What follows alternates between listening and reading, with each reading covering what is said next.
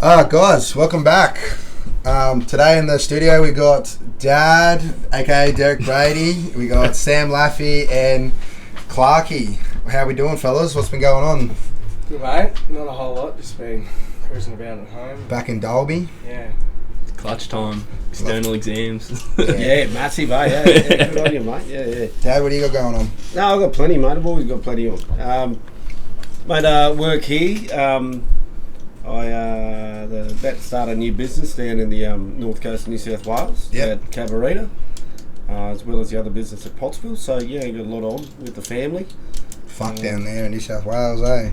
Mate, it's crazy. Yeah. The last 18 months have been, well, over 18 months now. It's been a little bit different with the closures and the way things have been going with COVID. And, yeah. It's fucking, it's end times. Definitely feels like end times. Yeah. What do you reckon, Laff? Well, I think with this new Premier in New South Wales, I think a few things we've got to change there. I don't know. I actually used to work for him. I worked for him for when I was in my uni. Who? The Premier of New South Wales, or the current one. Who's that? His name Dominic Perrottet. Yeah, but Yeah. he's got a big family, and I'm actually better mates with his brother, but he I think he's very pro. What's his name? Economy. Economy Perrottet? His name's John Claude Perrottet. John Claude? Is he a kickboxer? No, you remember that time we were prank calling you? And it was like real weird, and that guy wanted to fight me? Hey? When I was on the piss in Sydney, and we were in lockdown. Oh, yeah. That was him. That was his brother. John Claude Perrottet. John Claude. Yeah. That was the New South Wales Premier's brother. Yeah. Can he Prank fight? calling me on the piss, and I was ready to tear the cunt up. Cool. Me, Oscar, and Noah was Small world. He can't fight.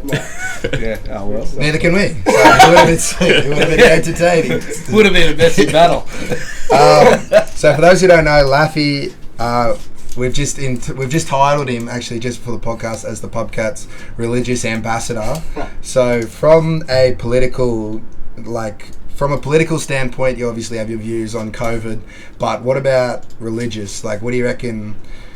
Like, what's your take on COVID and what's happening? And do you believe that this has any ties to anything, or is there another agenda, or is the government just fucking with us? I don't think there's another agenda at the moment. However, I do think from the religious standpoint, I don't know. Well, the fact that we can't sort of celebrate, as from a Catholic perspective, the Mass, and go and even the fact of lack of community, because having that community is such an important thing, as everyone knows. Like, I don't know. Even if you look at suicide rates in Melbourne and things like that, the fact of community is so important to have, and if you don't have it, you sort of just become a bit lost sometimes. What are the deaths in Australia from COVID? Does anyone know that off the top of their head? Well, if you go on statistics now, like I think New South Wales had about 300 and something cases today, and they lost another 5 the day before. They were in the 200s today. Sorry. Yeah, they're going down. They were in the 300s yesterday, and they lost about 7. Still ridiculous numbers though. That's still, Yeah, it is. But if you're probably worldwide, even the statistics of COVID deaths to cases, they're still in the percentages. They're not in the 0.00%. Yeah, I saw it was like 26 million, but 23 million recovered. Yeah. But they're still in the positive of the decimal point deaths. Like it's very real.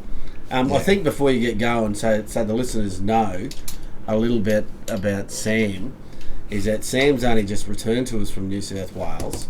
Sam, could you tell us about what you've been studying for the last 3 years? Yeah, right. So I did a Bachelor of Liberal Arts. So within that, you do 4 main subjects, and you can do 2 other ones. So the 4 main subjects are literature, theology, philosophy, and history. And I ended up majoring in history. And the other 2, I did Latin for a little while, but I dropped out because I just couldn't handle it because I had a job and a few other things. And it's just too hard to keep on top of. But yeah, it was. I've always enjoyed reading in my history, and it was sort of like a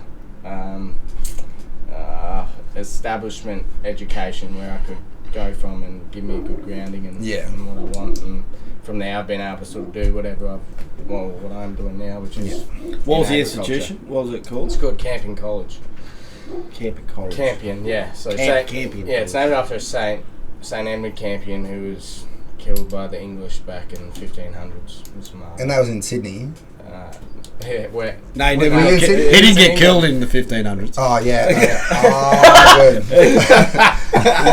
You in Sydney, were you? Yeah, Sydney for 3 years. So completely. Were you you weren't in the worst part of COVID, but in Sydney? Yeah, I was last year. So for all of when it started in March, I remember it specifically because it was on my birthday, and I'd been in region New South Wales, and COVID was all starting, and I was talking to all these people, and they were freaking out. Like half the population's going to die from. So when's this? What month is that? March. Yeah. March. When it really kicked off. Yeah. Was that 2020?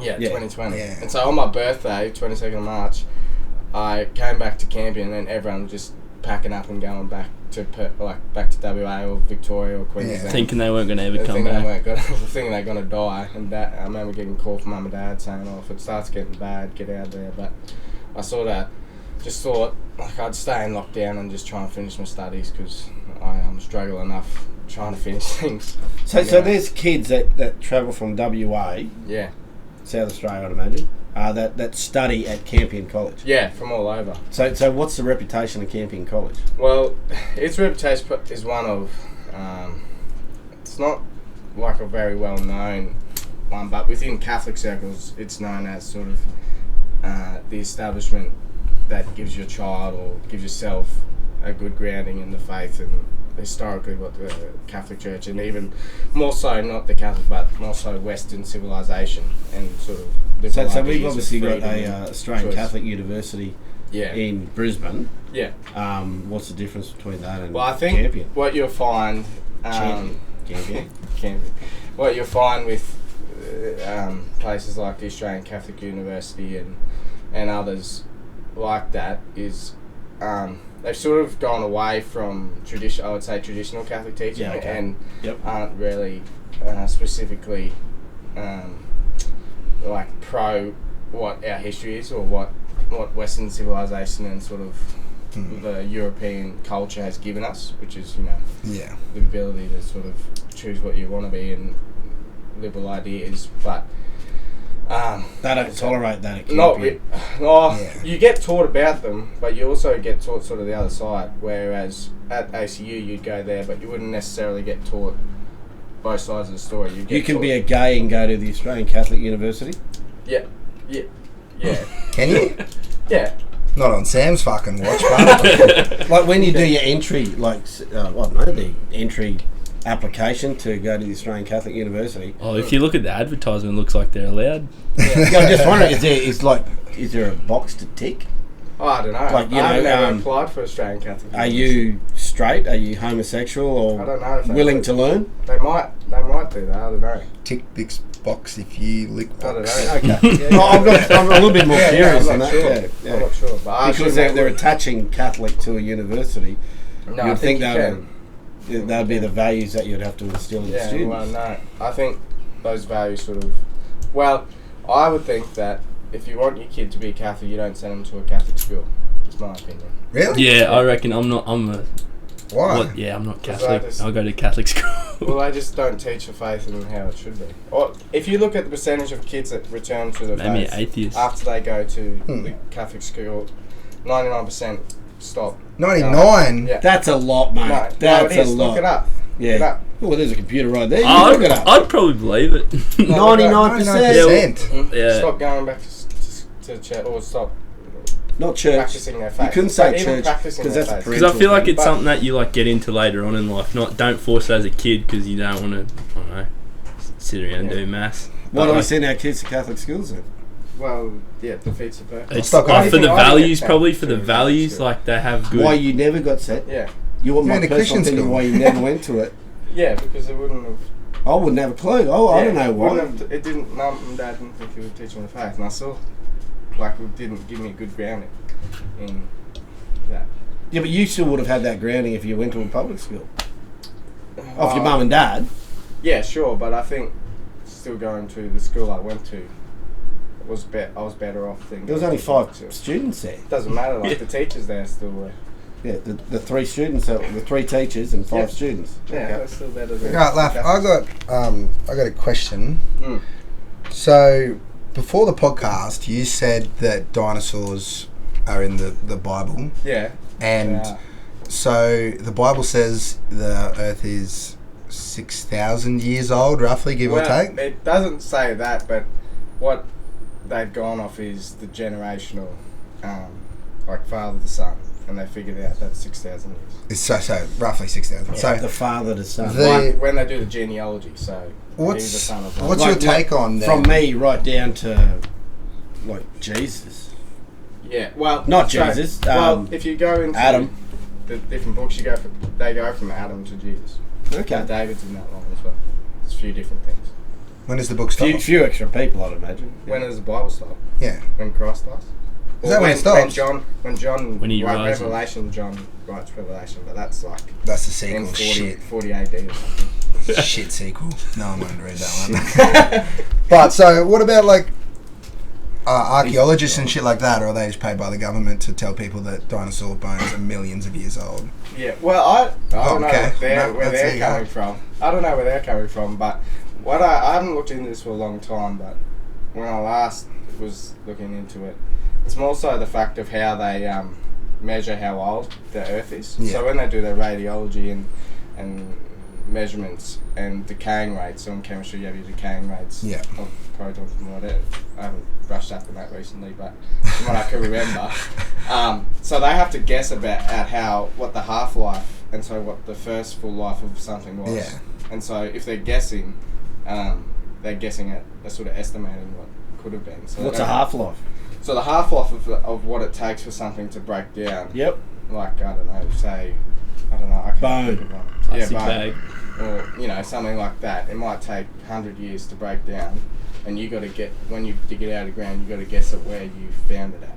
And so you got to try and think what it's full, like when it was first, created. It is interesting, like Kent Hovind. If you look up Kent Hovind, he has some fucking mad videos, and he is a Christian scientist. The 5,000 dude. Yeah, Everything started 5,000 years ago, no more. He's loose as, but he actually tells he's a really convincing. interesting. He's a convincing argument. Yes, actually. he's very convincing, and he tells us, like, he talks about how over in one of the biggest arguments for the Earth being, I think they believe that the Earth was 200,000 years old, and that's because in Antarctica, when they drill down into the ice, they reckon it's winter, summer from when the ice melts, different colours, and they're like, oh, we've this is winter, summer for the last 100,000 years, and so, but then a scientist went out there who wasn't even rooting for the Christian team, but was just like, how do you know that this is Christian, like summer, winter, and then turns out that he went out and like observed it for a couple of years,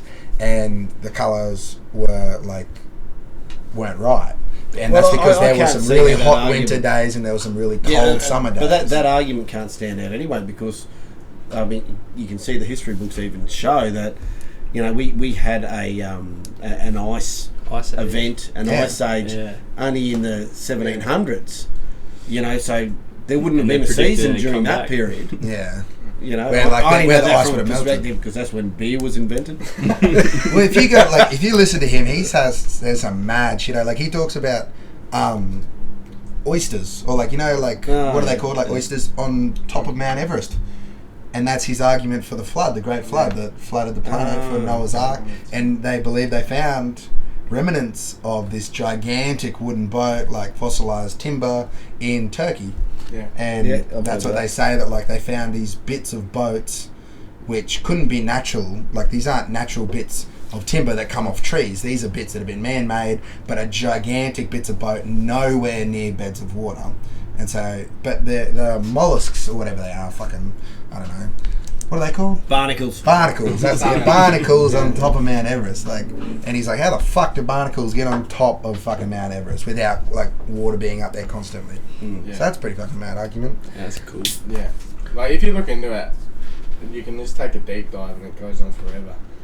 But I think both sides are always going to have differing arguments that sort of counter each other. And there's strong arguments. It's the way you perceive it, I suppose. Yeah. I feel like it'll just go on till the end of time. It'll just be an argument of, unless someone finds, like, unless God comes down and fucking punches on with a couple of cunts, or Jesus comes back, or unless, like, I don't fucking know, like, how they're going to prove evolution. Unless a monkey starts walking around talking and shit like that. Water gets turned to wine. Yeah, like, or unless, like, a monkey evolves to a stage where, like, people are like, oh, we come from monkeys and shit like that. Like, bro, you got Labradors and fucking Great Danes. If they say that we're the same, we come from a species of monkey, then the next species of monkey below us should be up to making food. Should be up to something, yeah. Like, they're like, oh, you know, like, look how smart they are. They can get ants out with sticks. It's just like, huh? Like, that is smart for an animal, but that is nowhere near right or wrong. That's what we're starting to go on the subject there of Charles Darwin and his evolution theory, which, you know, you can't doubt. You might differ with me, but you can't doubt that evolutional theory has great merit. Yeah. The issue with it is what you've just pointed out there, is that, okay, if we've come from monkeys and we've evolved to this point where we are now, why the hell hasn't the rest of the mammal species or the primate species evolved at an equivalent rate, or to some other rate that has changed significantly, where they're just below us? But they're not. We're continuing to change and get smarter, and especially when they have things. Like greater physical attributes than we do. Yeah. Like, in saying that, though, what they're saying we've evolved from, they're a lot more masculine, or a lot strong. Not masculine. They're a lot stronger and muscular than we were. If they're saying that's what we're from, I don't agree with that at all. And I have studied Darwin's evolutionary theories and the evolution of man and it's things like that. But even in his own writings, Darwin admits that what his theory... Doesn't he finish it? Like, the end of the book is... Well, it's not the end, but he pretty much says at the end of his writings that you cannot attribute everything in the human species to my theory of evolution. Yeah. The human eye, that's what they talk about a lot with evolution. Going to the religious aspect of that, I would say that the evolution of Darwin's evolution theory, you can relate that to every animal species. Yeah, for sure. Except for the human species. Yeah, but even if you look at the finches on the Galapagos, that Darwin was probably was one of his main examples of different what they look like and what their beaks look like. And the finches on the different islands all had different shaped beaks for eating different things, like snails or fish or things like that. But if you look at it, they're still the same species of finch. Like, they can still breed with each other. Where evolution is like a total sort of changing of species into a new subspecies or something. Or like a progressional. Where, like, what his example was of the finches, different beaks. They're still the same species, they just have different sized beaks. It's sort of like breeding of a Great Dane or a Labrador. Yeah, it'd be like having two kids, and one kid's going to grow to be 6'8", and then the other group's going to grow to be small. If they've got, like, if both parents have the same, similar physical attributes, then, like, it happens. You know, shit happens. Did you see recently there was footage of an orangutan spearing a fish? Oh, I did see that actually. Yeah, that's fucking loose as. If that's pretty cool. Should fucking find that clip. That's getting there. There's a clip of a orangutan. He's like hanging up a tree and full on spearing. Not a spear that he personally manufactured. He or she. He worked hard on that. He or she. He manufactured a spear and he was spearing a fish, which is crazy. That's evolution at its greatest. But they do say that orangutan, I don't know if it's that particular orangutan, but he was observing villages nearby spearing fish. Yeah, he's a bit of a copycat. One crazy argument. I'm worried because they're going to get on Facebook next. They're going to get guns next. Well, you know, like, they talk about giraffes, and like giraffes, obviously, if you shorten their neck right down, looks similar to a fucking horse or like a deer or an antelope. But they talk about how giraffes disprove the theory of evolution because unless a giraffe has always been a giraffe and has never been anything else, the systems within the giraffe are fucking out of this world. Like, what do you mean? So, giraffe has what, like 6-7 foot neck? They reckon that it has different chambers for, because its heart is that big, but its heart's got to pump fucking oxygen 7 fucking feet up into the air, into the brain, to keep this animal alive. So when it eats, it's like got different chambers that shut off, and like when it pushes blood up, it like pushes it up, shuts off that chamber, pushes it up, shuts off that chamber, and they're like, there's no way that could do. And there's another one which is... What, you're saying evolution can't explain that? Yeah. No, that's incorrect. I would say I it's reckon incorrect. evolution could, yeah. Evolution can totally... because doesn't. evolution is basically the strongest or the fittest survives. Yeah. And the giraffe, the theory of the giraffe with the long neck is that because they went through arid times and stuff like that, the animal or the species of giraffe with the longest neck could survive because they could pick from the taller trees. That's what And the kept theory breeding, is. and then that's obviously that's the end product. the ones with the longer neck that had the stronger ability to shunt blood, whatever you're talking about, they would interbreed with the other strong female, the hot and ones. then there'd be longer ones. And then you'd eventually get longer What about... necks. Alright, and the other one is the bombardment beetle. What? And they say that this beetle like come from another beetle, but this beetle has a defense mechanism which they say if you were to compare it to a human being, it'd be like a hand grenade going off like out of our ass to sort of protect us. What do you put in your ass for? I don't know. But they say that these beetles have like this defense mechanism which is that highly like explosive Lethal, and poisonous that how do you go from not having that to having that? And they say that like because they said it was from this other beetle, and I don't fucking know. And it mates it with another We're not beetle. professionals in this shit. We shouldn't be going this far. No, Like, no, we're gonna I get roasted think- in the think comments by in like, the animal- I'm a fucking beetle expert. This is not true. Such a fucking In any animal What do you- can yeah, be what are you explained talking through about? evolution. I think they can all be explained through evolution, but for the human species. Yeah. Oh well, here's what it is. No, that's interesting. You could debate forever on the subject. I think. Animals or humans? Both. Well, I think people would always... I certainly don't believe that we're a product of evolution. No way in the world. Maybe could, like through race and all that sort of stuff. But like, Location- what are the differences between location. the races? Oh, I don't know. Like other than dick size, I mean, like what else is there really? I mean, like I think I know what you're saying. Yeah. You're saying like People who live in hotter climates compared to like... oh, Yeah. Why those that is it the Semalayan people that little tiny island off India Yeah. that has been untouched to the human population. They still exist today. Yeah. That we've never actually gone to. They still live their particular tribal way. Then they have thousands, maybe a limit of 5,000, but many years. But they haven't got an iPad, and they haven't invented. Yeah. They haven't invented a house. Yeah. So I can see where you're coming from there, and you can go to our own. Our own Indigenous people, our Aboriginals, our beautiful Aboriginal people of Australia, is that and they've been here for 40 to 60,000 years, depending on what form you believe. But really, they were still living tribal ways. Yeah. But like their communications were different, and yet the Europeans developed massively. The Romans and the Italians. yeah. What would you attribute that to? Yeah, Like, was there just the one smart individual human being that was like, oh, this is how we're going to do things now?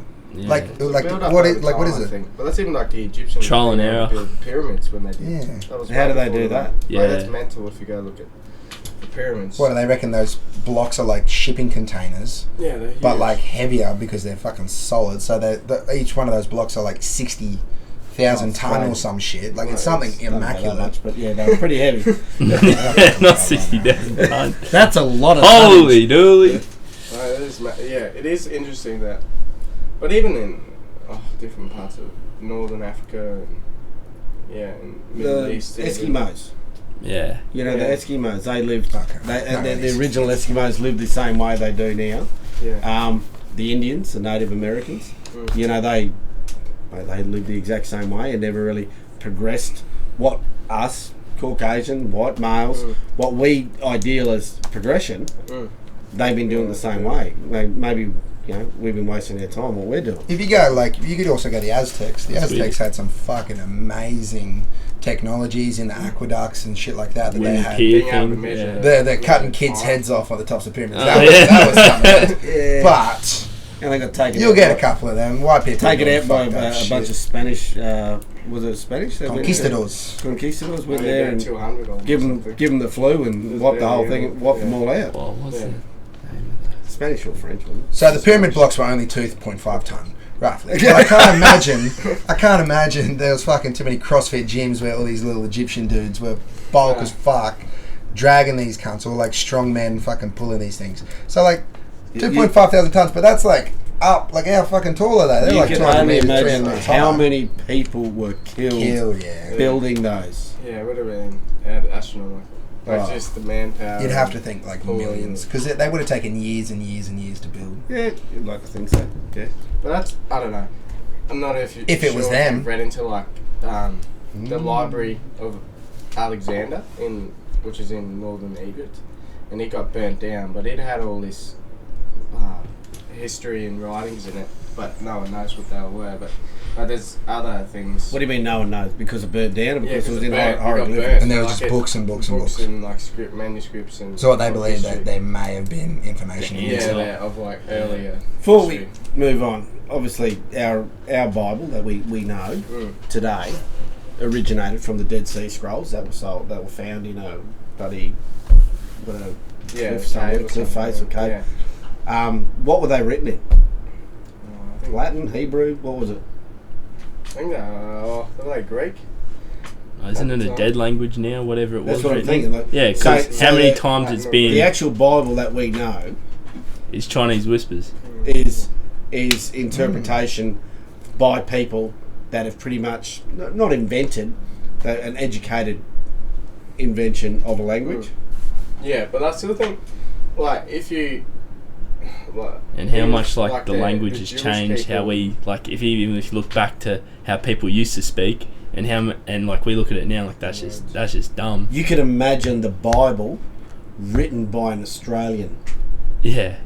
It'd be like volumes. It'd be because we use so much superfluous wording and and slang that we don't need to use in language. The Australian Bible would be about 3 or 4 volumes, unfortunately. Well, I think this bloke, but I think didn't have enough wine at the wedding. Brought a couple loaves of bread, turned into a couple pallets. Went down to Brumbies. But I think Latin in of itself hasn't changed because it's a dead language and it hasn't really been spoken since 400 or. I've been in a few Catholic readings. It's not that dead. They still use it. They try to, yeah. What, Latin? Yeah. Yeah, that's what I mean. They try and speak, but in of itself, like the English language has changed since 200 years ago. Words with meaning and what they you know how you have the meaning of a word and it changes over time. Yes. But the thing with Latin Try listen is to because Macbeth. You don't have that sort of linguistic changing and the meaning of words and slang. But who gave the original interpretation of a particular word? Well, yeah, that's a good question. Yeah, because Latin's written. It's very direct language though, Latin. It's not like you would know. So it's German. Law stuff. Well, well, but you would know with your law that like the words. There's a lot of words in Latin in law, definitely because they stay the same. Yeah, I don't understand anything they say, but yeah, I know what you're saying. Yeah, they don't change. They sort of they're direct and the meaning of the word sort of stays in of itself. But we have words that we use. I can't think of any off the top of my head, but they change in their meaning. Like in 20 years to now, the words we use today that mean completely different things. Oh God, you only got to look at the rainbow. Yeah. We used to love rainbows. Wait, what? Now, if you see a rainbow, it's got to. It's suddenly it's not. Well, I'm not saying it's. That's sick, bro. That's sick. I'm not being anti. I'm not being a homophobe. But if there's a rainbow, it can't be like a symbol of. Oh, look at that rainbow up in the sky. Suddenly, it's got to mean something to do. But I feel like it's been something like sexual that meaning. Through like hippies and all that stuff. Like people weren't a big fan of hippies, and then Oh. Yeah, no, hippies are. I agree with that. Yeah, they used to be like rainbows and down, stuff. rainbows and stuff like that. Yeah, but now it's got to. We've all got to have a particular meaning, and if you're not on board with that meaning, you're not supported. So yeah, I agree with that. Yeah. But you're saying Latin's not that. You're saying Latin fixed. Yeah, it's always stays the same. Always stays the like same. if you go to Rome and you look at old Been there. buildings, and you look at old buildings there, like you can get someone to, which were if you go to the I forget what it's called.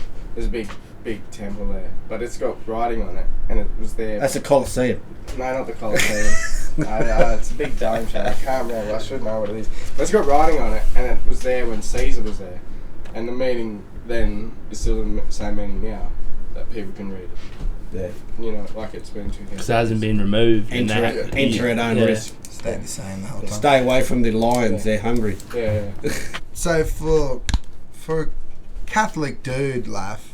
Yeah, mate. I don't think I've ever met someone who swears so needlessly, like just no reason. Like you just slip that shit in anywhere. Like is that against the law in the Bible, or is that? I don't swear that much. No, you swear. You fucking heaps. do. Just don't use the Lord's name You in fucking vain. do, you cunts. No, you swear heaps. Like really, really lots. Yeah, you swear a lot. I swear a little bit. No. I play football with So you. does his sister though. Does she? Oh goodness me! Foul mouth laughs. But it's not in the Bible or anything. Well, it's not ideal. It's not like I should be doing it. It's a habit that I've had since I was Hanging around this mob. Definitely don't. No. I've learned some swear words from him. It's a habit I formed. I've never been able to get rid of it. When I'm in a good state of, or when I'm in a good state of mind, You made him self-conscious now. He's good. I can sort of control myself, but when I'm when I'm on drinking, I'm pretty bad. Yeah. Just go for it. We talked about it on the podcast last week that Even like it's a when bad I habit, bang it. but you just don't even realise you do it. And then when you know that you're doing it, you're gonna usually turn just into like, Will. oh, Sometimes shit.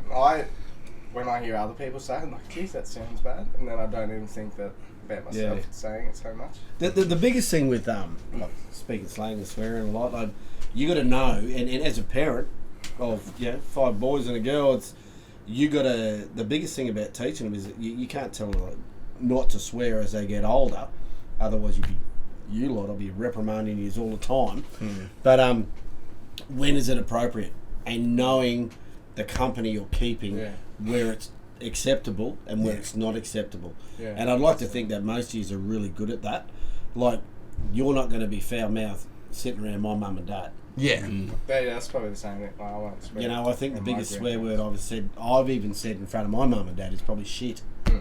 That's probably the biggest swear word I've ever said in front of mum and dad. Yeah. Even I when think I it swear in sounds front like of the my parents, I feel generations. weird sometimes. So Like you with should. my mum. Yeah. So you should. Yeah, around women especially. I told your mum once that, gee, he swears a bit. What did she say? She said she was going to have a chat to you. Yeah, he's gonna be like Will now and be like, oh, poop. Oh, poop. Oh, poop. Oh, flopping hell. Flopping out. Oh, my flipping toe, man. Funny. Funny. No, I don't know. It's not ideal, but I think it's probably just something I need to work on. Just it is what it is, mate. Yeah. And you do, like, You gotta pick your company. as a personality, like as a, I'm a police officer, and when you're around certain people, like if I swear in certain, in front of certain people, they'll look at you and say, "Oh, you can't say that. You can't swear. You can't swear. Like you can't swear." It's like, really, I'm still like a member of the community, and we swear, and it's like they want to report you for swearing. Swearing. Can they? Well, they can try. But like seriously, That's interesting. what have you done? No, seriously, they'll expect you not to swear. That's like teachers. Yeah. And some teachers get away with it, and Well, you're the like, first time you hear his teacher and that's how they swear. connect with you, and you're like, holy dooly, and then that's their way of Holy connecting dooly. with. Oh, flipping hell! Oh, flipping hell! Yeah. It's funny too. There's some teachers. Like I was talking earlier before the podcast about that film that was going on at our house. So the sound guy that was doing the filming, he's done all this stuff. Like he's with Gardeners Australia, and he used to do Steve Irwin stuff, like Crocodile Hunter. Yeah. And so he said when he first started with Steve, when it was just like nothing, the thing was is that because Steve was so ocker, and when he would be explaining stuff and so excited, he'd just be going, every second word was just a swear word, and then they just be Steve was swearing. Yeah, Steve was swearing, and then he was just then he just had to say, mate, you can't say that. We're going to put this on TV. ABC Kids out here. They can't have beeps all through the fucking crocodile. Oh, but Fucking look at this thing. I do often wonder when you see Connor calling out the address. God bless him, Steve Irwin, when you see those footage of him on the crocodiles, how he never swore. Yeah. Yeah, right. nah. Oh, You see some of that You were saying that was your worst fear the other night, crocodiles or something? They're my biggest fear. Yeah, you'd be careful. Yeah, that movie. He does a doco called Search for the Super Croc. If you want to watch a good one, it's called Steve Irwin Search for the Super Croc. He goes up Northern Territory. He is fucking bonkers. Like, he's just like next to 20. He's like, fuck me. Oh, you know, he's not like that. Holy crikey! Every mother of Jones. Look at this fuck. Oh, look at that. But it's like 20-foot crocodile with 3 legs, and he's like, oh, I haven't got my crew here, so we're just going to have to do a bit of a mud map, and we'll do a line from the top. And this thing is just like docile as laying there. And then it crawls into the water. Watch me shove this thumb right up your ass. And this thing like crawls in the water, and he's like, these things can swim 30 miles an hour, and they'll fucking turn around and they'll get you. And he's like waist deep, like wading through the water. And it's this croc, and you're like, what the fuck? Like, yeah, no, mate. And he gets taken out by a stingray of all things. Yeah, you know, he passed away when you kids were very young, when I was stationed in St. George, of all places, which is about 300 k's southwest of here. And Mum was so upset when, like, she broke down and cried, like, for half a day on hearing that Steve Irwin had died. And that's because we actually knew him. Like, I knew Steve personally from when I was working. I was stationed,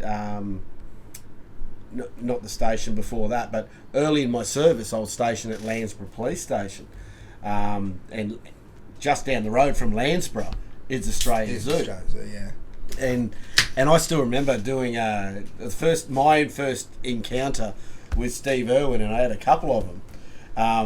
Was when I think it's called Steve Irwin Way now. Yeah. It used to be called the Landsborough, or the old Bruce Highway. Yeah. It was the old Bruce Highway, and now it's called Steve Irwin Way.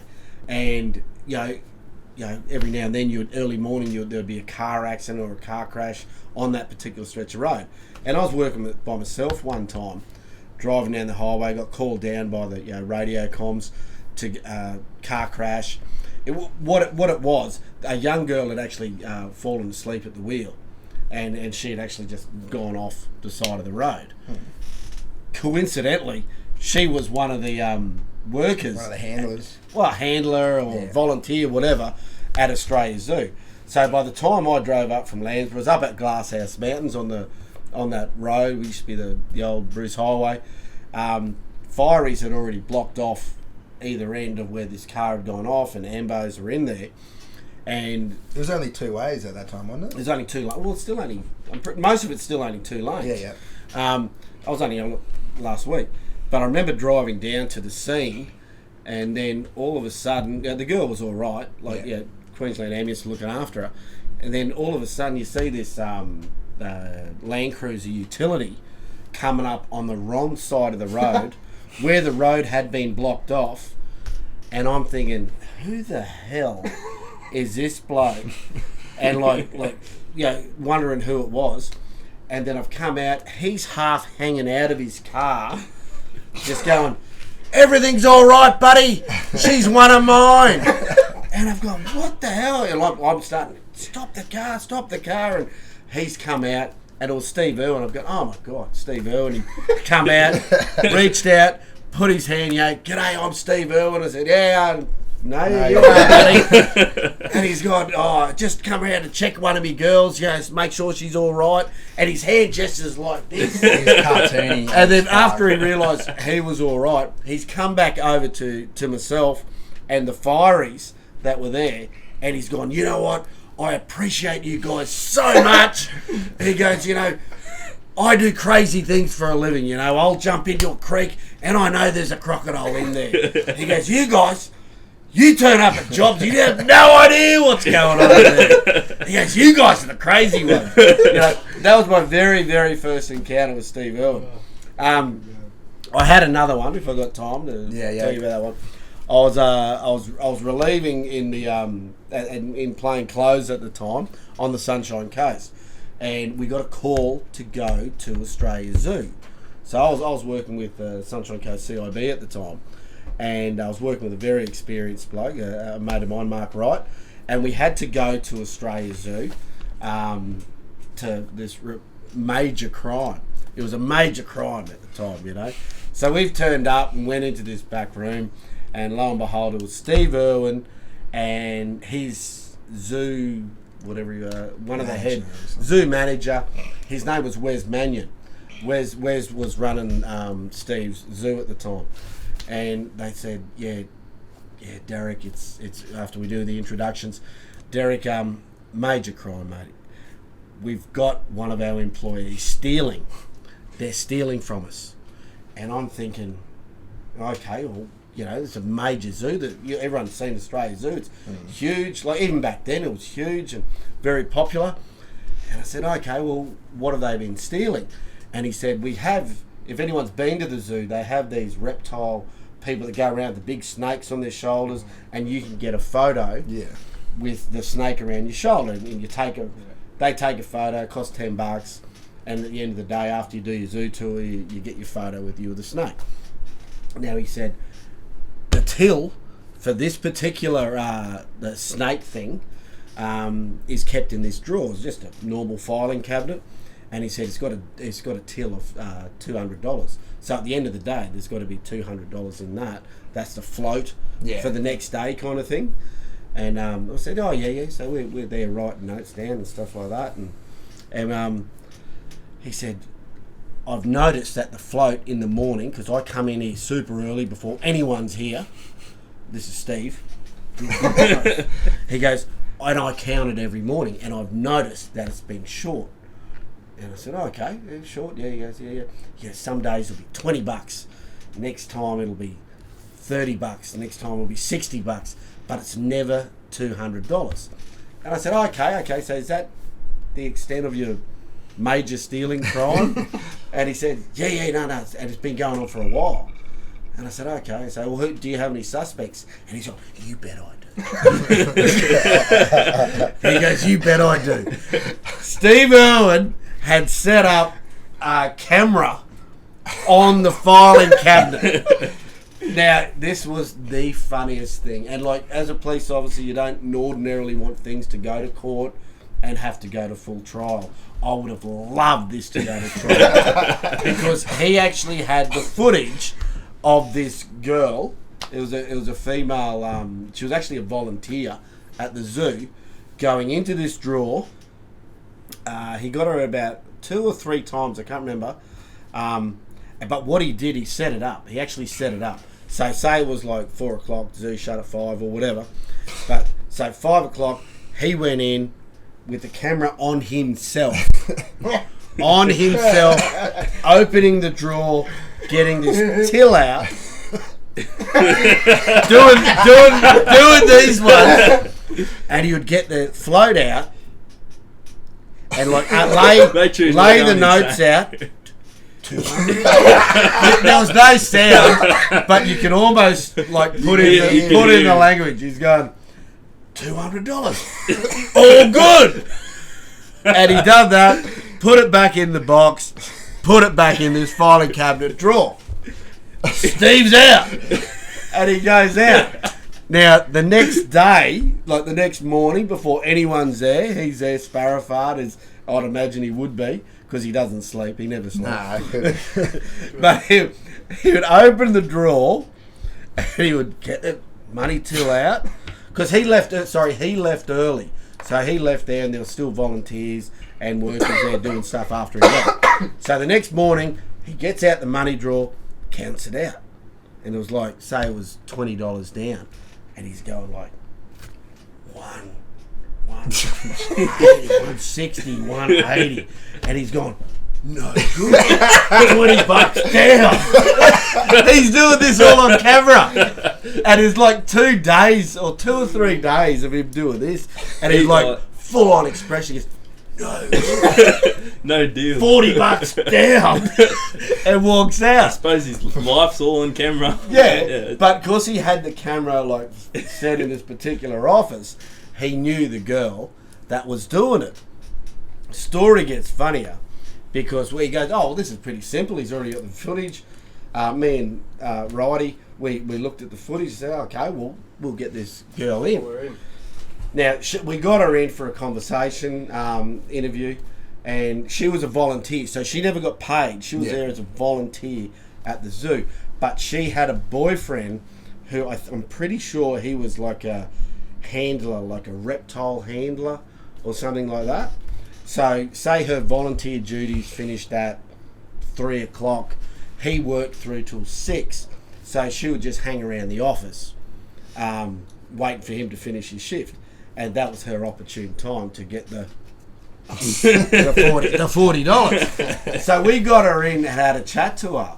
And as you do in interviews with your police, in policing, you don't want to throw your cards straight out on the deck. So you have a chat to them and say, do you have any idea why we want to speak to you today? And this girl's just done the old, dodgeball, Bernice. Just started crying, and I've gone, like, me and Ryan were looking at each other, what? She goes, I know, it's about the lizards. And me and Ryan were like, what about the lizards? Okay, now tell us about the lizards. She had no idea. She thought what it was. She's proceeding telling us this half-hour story about how she accidentally killed these rare geckos.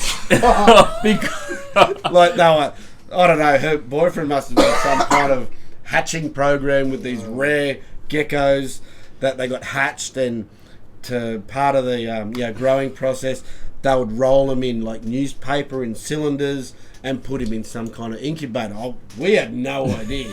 But we're going, tell us about the lizards. Tell us about these lizards.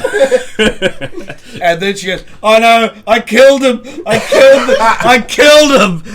Yeah, what? Yeah, tell us how you killed him. She killed. It was a total accident, so she never got in trouble for that. Like basically, she put him in these newspapers. Instead of putting him in the incubator, she put him in the bin. These rare geckos that no longer exist. She killed these geckos. So we've got extinction. So we're writing notes going, what the hell?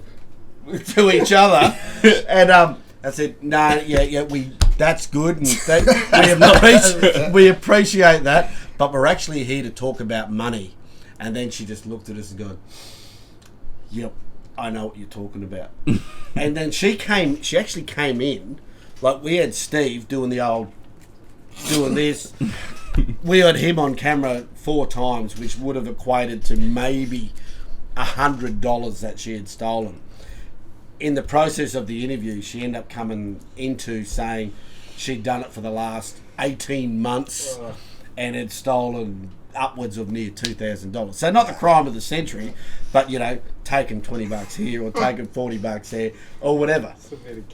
So we end up charging her, and she got charged with stealing. Not the crime of the century, obviously not good.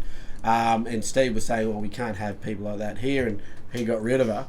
The funny thing is, that matter got finalised in court. There was never any trial, unfortunately, because I would have loved to have played that video. But probably about a month after the matter got finalised, I've turned up to work at Landsborough Station, and there was this bucket of like gourmet biscuits, with a card, and the card said, "To the best detective in the world." In the world. You can imagine. In the world, Derek Brady loves Steve. Terry loves Steve and Terry signed by him in his thank you card. Mate, it was spectacular. You could imagine like Steve's devastation, but if he fucking like, was he cut up about the lizards going? No. We told him about the lizards, and actually no, he was more cut up that these are people that I trust. These are my family, and they've stolen from me. Like he was absolute gutted. Did she get cut later on, or? Oh, she didn't work there. No, he sacked her from. She was only a volunteer, like she wasn't a paid employee. She was found dead. In the crocodile pen. Yeah, but no, that was my early dealings, and Steve was a massive supporter of the police on the sunny coast. You know, he used to put on special days for us. When you and your brothers and sister were really little, we used to go to Australia Zoo quite often, and he would section off an area for us to, like on a Father's Day or something like that. He was absolutely brilliant. I remember taking you and the kids to Australia Zoo one time on one of those special days, and Steve was out greeting everyone, and then like I remember he saw me from about say 10 metres away, and he'd go, "Oh, Derek, world's best at I go, "Derek, come here," and I felt so bad because the line was 20 metres long, and he would grab me, Tony, and you kids. Nah, you just come around here and go in like some staff entrance into the zoo. VIP access. Make a just wish VIP access. Kids in wheelchairs. And start limping. Make a wish. You kids start limping. But he would take us in some other access to get in the zoo. But the bloke was absolutely brilliant. Yeah, he was definitely I think they, like, I don't know why there isn't an argument for him to be on. Like when they were rolling out the new dollar bills and like the new $50 notes and stuff like that, they should have had him on fucking. Imagine if he was still alive and he was still. Oh mate, he'd be crazy. And like, he is. I can say for a fact that he is that authentic. What Americans saw of Steve Irwin, I've seen him on the Jay Leno show. I've seen him on a lot of that. That is Steve. And he got bit any by day of the like week. A snake or something on the show. Yeah. He is that any day of the week. He is that person. And even before I knew him, my wife knew a girl where Mum was working at Caloundra at the time. She was working with the owner of the business at this hairdressing beauty salon. She went to school with Steve Irwin. And she was in grade because he went to school at Beerwah, a Beerwah high school student, and he would be that guy at the late high school parties where guys were drinking beer or smoking a bit of weed or whatever they were. Steve was not into that at all, but he was the guy that had climbed the tree and come down and scare everyone with a possum that he just caught out of the tree. She said he was just that from like a teenage age. And he wouldn't be drinking and playing up. Sounds like Jack Welsh. He played footy, but didn't he? Clown Sharks. He's a Sharky, maybe. He certainly is a Sharky. He's got to be the most Australian person to ever fucking exist. Yeah. Like Ocker Australian fucking person. He's a little bit different. He was different. He would be.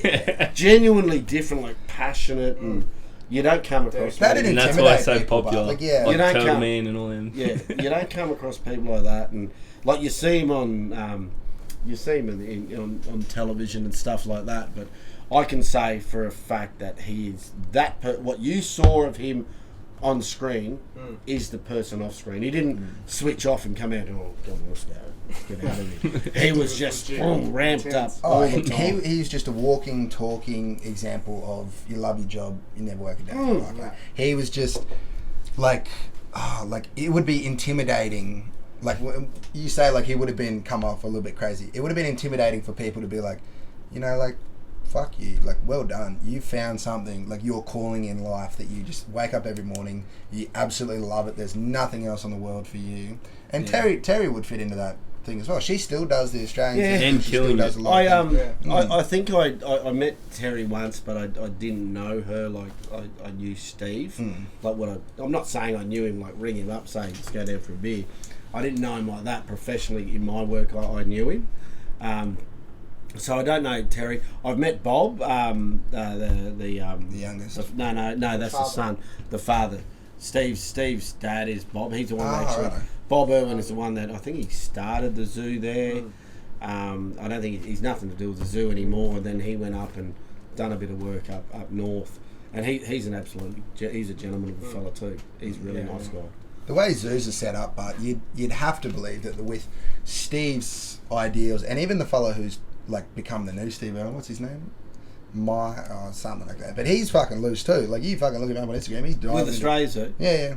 And so like, I don't know. But like, even with that, you got like obviously there's all the uproar around keeping animals in cages and enclosures and stuff like that. You go to Australia Zoo, them motherfuckers, like them animals are treated fucking well. Yeah. Like, you know, and you got to believe that like Steve Irwin was absolutely every single animal in there was loved like individually and fucking. You know, like there was no bullshit going on. Probably one final story on Steve Irwin, and this is 100% correct. Steve, after I worked at Landsborough, I went away, worked at one of the Aboriginal communities, went back to Maroochydore, and then I transferred out to St. George. And when we were in St. George, the Irwins had bought. They own I don't know if they still do, but they owned a massive cattle property. And not far from St. George, it's only about 40 k's down the Mooney Highway. Wow. I forgot what it was called anyway. But Steve used to come in, drop into the police station every now and then. And actually, on one time, the farm manager, a house burnt down out there. And Steve came in here to do a report to the police station. And, mate, the way he treated that family was just spectacular. Like, put them up, accommodated them. Made sure they had everything available for them. Yeah. But the out at St. George, it's massive, as everyone knows, even out here in Dalby, it's massive kangaroo hunting areas. Steve Irwin's property, for the life of me, I can't remember what it was named, but that was a no-go zone. Yeah. You can't hunt, you can imagine. Yeah, it's kind of against the... You can't hunt on Steve Irwin's property. Now, you get hunted. You get hunted. So you'd imagine the kangaroos, they're not the most stupidest animal in the world. They realise if we're on Steve's property, it's a bit of a sanctuary.